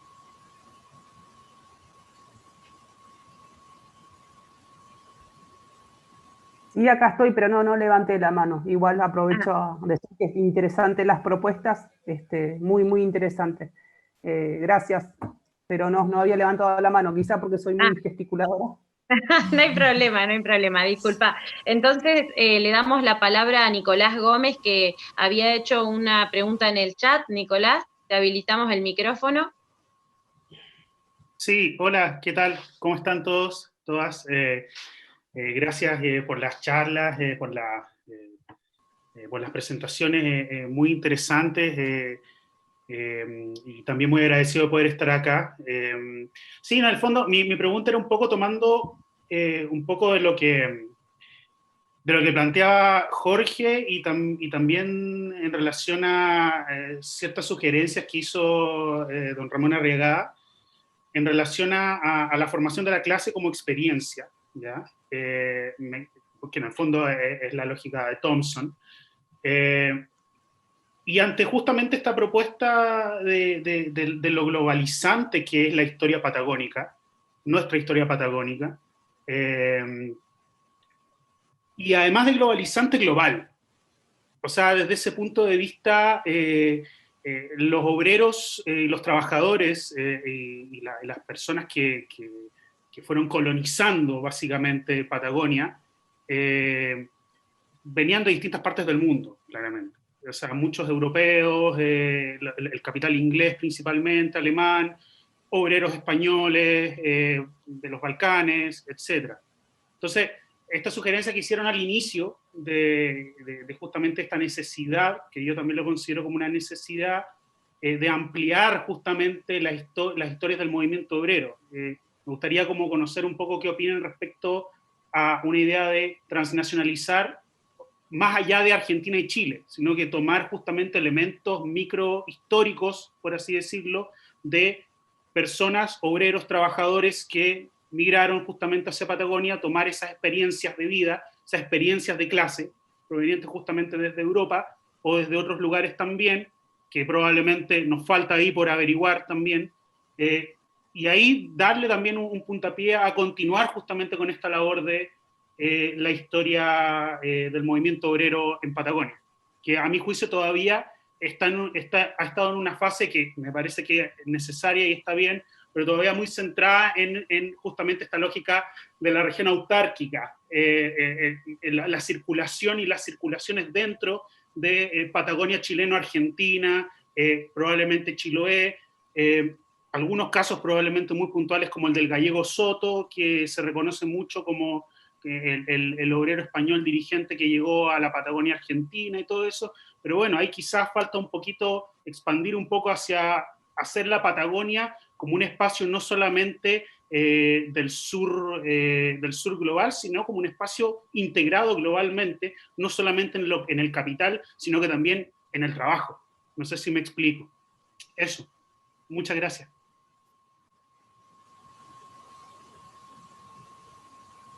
Gracias por tu reflexión, Nicolás. Isabel, te damos la palabra. No sé si habías levantado la mano. No, ahí me parece, Vero, que don Ramón Arriagada quería decir algo. Bueno. ¿Funciona esta reflexión, me pareció, o no? Sí, un saludo a Nicolás. La verdad es que hemos estado en comunicación varias veces, pero no lo conocía. Bueno, hay elementos que son importantes para caracterizar un poco lo que son la lucha entre el capital y el trabajo en la Patagonia. Hay muchas personas que han hablado con insistencia de la llegada al territorio de Magallanes después del año de 1872 de migrantes provenientes y expulsados desde Francia que habían participado en la Comuna de París. Estos, al llegar en un barco a Buenos Aires, son expulsados, no son aceptados en Buenos Aires y llegan a la Patagonia chilena, específicamente llegan a Magallanes. Por lo tanto, aquí habría un elemento interesante de considerar. Hay otro elemento bien interesante de considerar, que es las características que tiene el migrante proveniente del Imperio Austrohúngaro, fundamentalmente gente proveniente de Croacia y algunos eslovenos y otras nacionalidades provenientes de lo que después se llamó la Yugoslavia, que estuvo durante mucho tiempo bajo el Imperio Austrohúngaro. En el Imperio Austrohúngaro solamente tenían posibilidades de participar en los partidos políticos aquellas personas que fueran austriacos no fueran de las nacionalidades. La única posibilidad que tenían, de acuerdo a lo que plantea Lucas Bonacis en su libro Yugoslavo en Magallanes, la única posibilidad que tenían de participar los migrantes de las repúblicas yugoslavas, ¿ya?, era participar dentro de los partidos socialistas. No tenían otra posibilidad. Y por lo tanto, muchos de los migrantes que llegaron provenientes de, que eran dálmatas o que eran croatas o que eran serbios, ellos cuando llegaron a Magallanes siempre estaban recordando la posibilidad de independencia de sus nacionalidades del Imperio Austrohúngaro. Otra caracterización interesante desde el punto de vista de la relación entre el capital y el trabajo, podríamos decir que, analizado desde el punto de vista de la teoría que planteó en un momento Marx joven, del modo de producción asiático, que muchos deben conocer, se refiere a que a la caracterización que tiene el desarrollo de la economía en el caso de Magallanes, donde evidentemente hay una diferencia muy grande entre cómo se desarrolla la actividad agrícola o ganadera y qué característica tiene el desarrollo del campo, de la actividad del campo en Magallanes y en la Patagonia con respecto a las provincias del sur y del centro de Chile. En las provincias del sur y del centro de Chile se da una relación de tipo feudal, donde en la práctica el trabajador agrario es un trabajador que tiene las características propias de una explotación de tipo feudal, a diferencia de la caracterización que podemos darle al desarrollo de las estancias chileno-argentinas en manos de esta gran empresa capitalista de la tierra, que es la Sociedad Explotadora Tierra del Fuego, cuyos capitales están en Europa, específicamente en Londres, en Inglaterra, ¿ya?, donde se da un desarrollo de tipo capitalista de la explotación de la tierra. Es decir, con un alto valor agregado a lo que se produce. Si ustedes ven lo que producen los frigoríficos a partir de 1910, 1915, y que se exportan a Europa, no solamente es carne, sino que también son subproductos que son elaborados acá mismo. Y por lo tanto, hay una relación entre el dueño del capital con respecto a quienes trabajan en las explotaciones de los campos, que es diferente a la de la zona central del país, donde existe una vinculación de tipo feudal. Acá hay una relación de tipo capitalista. Por eso el surgimiento, ¿no es cierto?, y la ponderación que se le da en esta parte de la Patagonia, en esta parte de Chile y Argentina, a las federaciones y a los sindicatos obreros. Es decir, acá los sindicatos, llegado un momento, los sindicatos obreros y las federaciones son capaces de conversar con los administradores de la tierra y por lo tanto administrar todo lo que son los estipendios y todo lo que es la relación entre el capital y el trabajo. No así lo que sucede en la zona central del país, donde el campesino es un gleba de la tierra, es decir, es una persona que está en una organización piramidal donde prácticamente el dueño o el terrateniente es comparable solamente a Dios. Entonces, eso también hay que caracterizarlo. Por eso el desarrollo de los sindicatos, de la sindicalización y de la organización de la Organización Obrera en Magallanes. La Federación Obrera de Magallanes llegó en un momento determinado, y no creo que me lo desmienta Nicolás, llegó a tener 10.000 socios, la mayoría de ellos con sus cuotas al día. Era poderosísima. En 1918 se produce una gran huelga donde todos los obreros de las estancias llegan a Punta Arenas, los obreros de Tierra del Fuego, los obreros de Última Esperanza, llegan a Punta Arenas, y donde están, se les mantiene por un mes en Punta Arenas mientras se conversa el pliego de peticiones, ya bajo el recaudo y bajo la protección de la Federación Obrera de Magallanes, que es capaz de resistir. Y cuando le preguntan al final del movimiento, ¿y qué consecuencias sacan de todo esto? Es que podríamos haber esperado más tiempo, porque la Federación tenía la posibilidad económica de poder seguir manteniendo a los trabajadores en Punta Arenas sin ningún problema de alimentación y de habitación. Ese era el nivel de organización que tenían las federaciones obreras. En Chile recién, en la parte central y en la parte sur del país, recién vienen a aparecer los sindicatos de campesinos, los sindicatos de obreros y campesinos de la tierra, allá por la década del 30, la década del 40 del siglo pasado. Esa es una estimación que yo creo que es importante y que también indica de por qué tiene un gran auge el movimiento anarquista dentro del movimiento sindical y de las luchas permanentes que se dan entre socialistas y anarquistas dentro de los sindicatos. Porque hay una alta formación política, hay una alta formación de educación, podríamos decir, de educación sindical. Todo.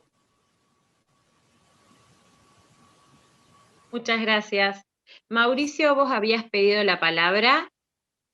Sí, era solo para ejemplificar lo que decía Jorge respecto a que la conciencia de clase es posterior, digamos, a todo esto. En la época en que ocurre la tragedia aquí bajo Pisagua, el barco en el que son trasladados los sobrevivientes llega a Chiloé, es limpiado porque se pensaba que podía traer una peste por lo que había ocurrido en bajo Pisagua, y 4 días después vuelve a partir a Punta Arenas con una, vamos a ponerlo en estos términos, con una carga humana de más de 300 personas, por sobre la capacidad que tenía esa embarcación para llevar ese vapor, para llevar gente. De hecho, algunos trabajadores con un poquito más de conciencia de su vida deciden bajarse en la salida de Ancud hacia el sur, prefieren bajarse y no seguir el camino de este nuevo enganche. Entonces, en esta primera década del siglo, la situación del trabajo en Chiloé es todavía con una visión de tener que salir a cualquier enganche para poder luego traer algo de dinero a las faenas del campo. Son campesinos que están recién transformándose en obreros. Yo efectivamente hice un uso de la palabra obrero en el libro porque lo que les ocurre a este grupo de trabajadores es en una situación de vida asalariada, pero que después terminaba cuando volvían a su vida campesina, rural, en la zona de Chiloé. Entonces están con una doble forma de vida. Eso. Bueno, muchas gracias, Mauricio. Carlitos Águila había pedido la palabra. Gracias. Sí, le quería agradecer a todos como parte de la materia, pero quería hacer puntualmente una pregunta a don Ramón sobre el libro de los tirapiedra en el caso del frigorífico de Natale. Es el único libro que yo he leído sobre ese caso y desconozco, tal vez solo sea mi ignorancia, pero desconozco si hay otro caso, otro texto o otro libro sobre ese tema. Pero puntualmente quería preguntarle esto. En el caso del libro, es un libro más o menos reciente, de hace pocos años, y el caso nos remonta más o menos para allá por 1920. yo quería preguntarle si la comunidad de Natales se siente identificado con su libro, cómo lo ha tomado, si piensa que eso que pasó, ellos son protagonistas de eso que pasó o víctimas de un conflicto externo entre capitales y obreros que iban al frigorífico natal simplemente por una cuestión laboral, o ellos sienten que eso es parte de su pasado. No, me gustaría sacarme esa duda.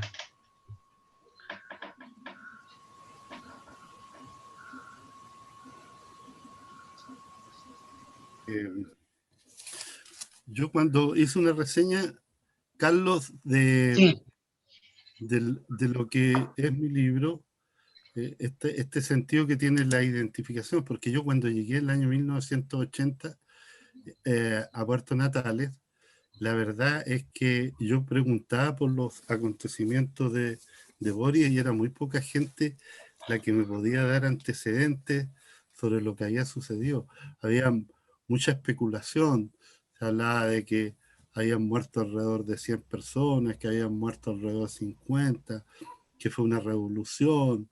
Algunos incluso hablaban de la comuna de Puerto Natales porque los obreros habían tomado la ciudad y que había quedado como en París en el año 1872, la ciudad a cargo de ellos.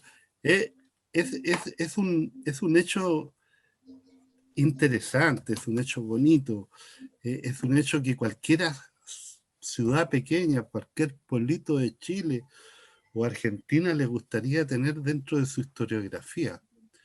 Y por lo tanto había que darlo a conocer. Y respecto a la gente, si se vio interpretada con lo que aparecía ahí, la verdad es que yo no alcancé a tener contacto con alguna persona que haya participado cercana, porque ya la mayoría habían desaparecido. Y tal vez me sucedió lo mismo que le sucedió a Mauricio. La versión oral es muy difícil de obtener. Habían hijos y nietos de personas que habían participado en los sucesos de 1919, pero cuando uno les preguntaba sobre qué les contaban los papás, la verdad que los papás nunca le contaron nada.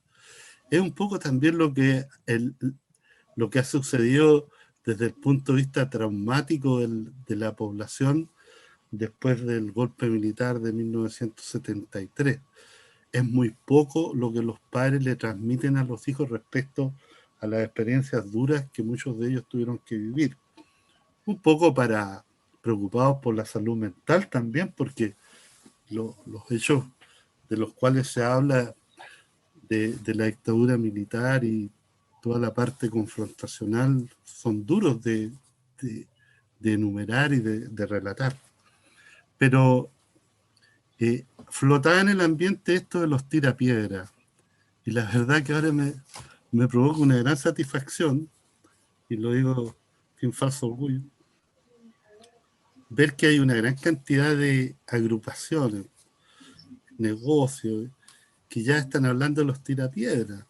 Es decir, hay equipos por ejemplo, de motociclismo, que es la Peña Tirapiedra. Hay otro señor que le colocó nombre a un negocio, el Tirapiedra. Cuando antes era un poco controvertido decir de los tirapiedras porque nadie sabía el origen. Y el origen de los tirapiedras es más que nada esta lucha del hombre contra el poder que sabe que no va a vencer y que utiliza el elemento más básico de defensa que son las piedras. Los obreros en 1919, cuando atacaron el cuartel policial, más de abollarlo con las balas, que muchos no sabían usar el armamento que tenían, el cuartel policial terminó más abollado por las piedrazos. Entonces, esas son las satisfacciones, y esto de la identificación yo creo que es bueno tanto para un sociólogo como para un historiador. Le quería hacer un comentario anecdótico. Yo vivo en el barrio Belgrano de Chico, y es un barrio fundado sobre una comunidad chilena, ¿no? Básicamente los chilenos lo agrupan en el barrio, sacan del Vita, pero cuando yo era chico, los adultos, y nos peleábamos, los muchachos nos peleábamos, nos tirábamos piedra, algunos papás nos solían decir, así como retando, ¿no? Natalí nos tira piedra. Nunca supe bien qué quería decir exactamente hasta cuando fui muy grande y estudiaba historia, ¿no? Así que sí, es cierto, la idea esa del tira piedra es de Natales. Gracias, Sí, acá se usa un montón ese latiguillo, Natalino tira piedra. Uno que tira piedra, Natalino tira piedra, se usa muchísimo. No sé si Jorge había levantado la mano, me habían avisado. Sí. ¿Jorge? Sí. Gracias. Sí, la pedí, gracias. Quería ir a la pregunta o al comentario que hacía Nicolás respecto a esta idea de cómo el movimiento obrero era global en cierto sentido, y pensaba que junto con analizar la relación capital-trabajo, una historia del movimiento obrero tiene que ver la relación interna de las distintas tradiciones de las cuales provienen. Y ahí me parece que debe ser relevante ver cómo se articularon orgánicamente distintas tradiciones, la chilota, la yugoslava, perdón, la croata, etcétera, etcétera, porque esa relación tiene que haber sido conflictiva y en algunos momentos tensionante. Entonces, también hay que hacer, junto con esta relación capital-trabajo, también hay que hacer una relación intraclase obrera, cómo se fue conformando, porque en el caso chileno, en el caso del movimiento obrero salitrero, está más o menos estudiado cómo se integraron los peruanos y los bolivianos en el movimiento obrero del salitre. Sin embargo, me parece, me parece que este debería ser un punto de partida para observar esta historia del movimiento obrero en la Patagonia. Eso únicamente quería decir. Gracias, Jorge. Marce. Vilma había pedido la palabra. Vilma Guantelicán, ¿está por ahí? Sí, pedí la palabra. Bueno, cortito, por favor, que ya nos estamos quedando sin tiempo. Bien, solamente para acotar en relación, buenas tardes a todos y a todas. Buenas a tardes. Lo que acaba de decir don Ramón Arriagada. Mi madre es Natalina, tiene 96 años, vive en Puerto Natales. Ella me relata que en su niñez, hablar sobre los hechos ocurridos en el frigorífico Bories era una situación que no se comentaba y que se prohibía conversar sobre este tema cuando ella era chica. Ella se crió en Puerto Natales y parte en la estancia Laguna Blanca, pero este era un tema del cual específicamente no se debía hablar en la época de la adolescencia de ella. Cuando yo le pregunto a ella si sabía, me dice, de esto no se hablaba y estaba prohibido hablar, ¿no? Había toda una conciencia en cuanto al secretismo que hablaba Ramón recién hace un rato. Eso nada más quería acotar. Bueno, antes de pasar la palabra a Isabel, le invitamos a todos al segundo bloque y a seguir participando de las preguntas igual. Isabel, te pasamos la palabra. Sí, bueno, la verdad que creo que todos se han quedado con ganas de seguir charlando con los expositores. Me parece que hay muchos vínculos que podemos hacer en todas las participaciones, inclusive del público, ¿no? Conexiones para seguir pensando en la historia regional, pero también para pensar en una clave que es distinta, porque estos espacios, que son territorios nacionales en este momento, que tienen una especificidad hacia el interior de los países, es decir, no tienen el mismo estatus que la otra parte del territorio, tanto en Chile como en Argentina. Uno es un territorio que depende, que encima se llama territorio de colonización, en el caso de Magallanes, y depende del Ministerio del Exterior, y en el caso nuestro, en Santa Cruz, también somos un territorio nacional que depende del Ministerio del Interior, ¿no? Entonces, esas particularidades políticas, bueno, hoy no estaban en el debate, qué es lo que estaba pasando en ese momento, qué era lo que pasaba administrativamente, pero sí nos sirven para pensar, por ahí me quedé pensando en algo de lo que dijo Nicolás, esta región no solamente tiene esta particularidad, ¿no?, de que atraviesa dos países, y pues hablamos de no solamente de una región que en algunos casos, y es discutible, ¿no?, que tan autárquica podría haber sido, depende del momento, sino también transnacional, ¿no?, y una transnacionalidad bien particular, porque los capitales eran extranjeros, porque que después se hayan radicado en los países fueron meras estrategias, digamos, políticas, ¿no?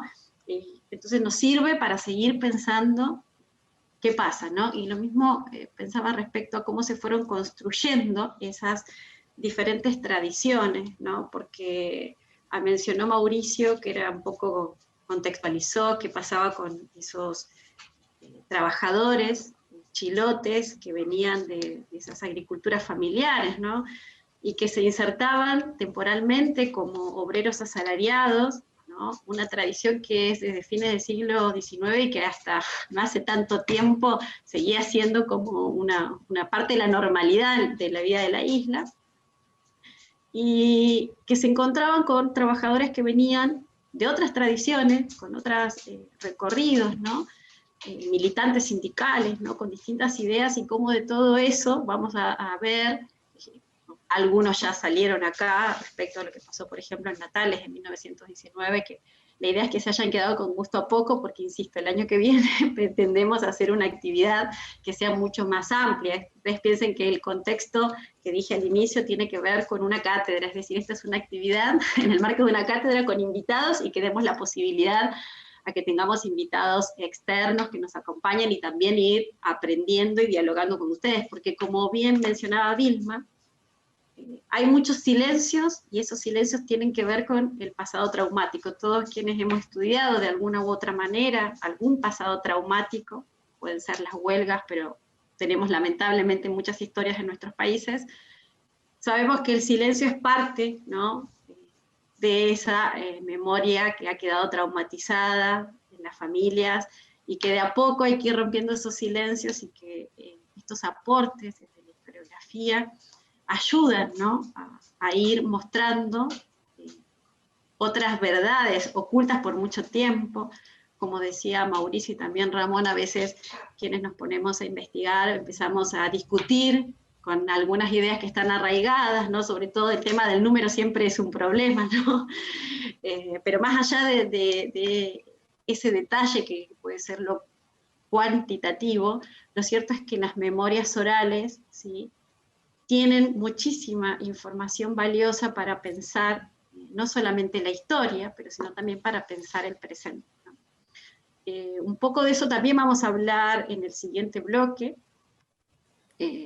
Tenemos 4 invitados, bueno, pero ahí yo ya no voy a hablar al inicio, así que más o menos vamos a estar bien con el tiempo, para hablar tanto del movimiento obrero organizado, que para eso está el profesor Valentín.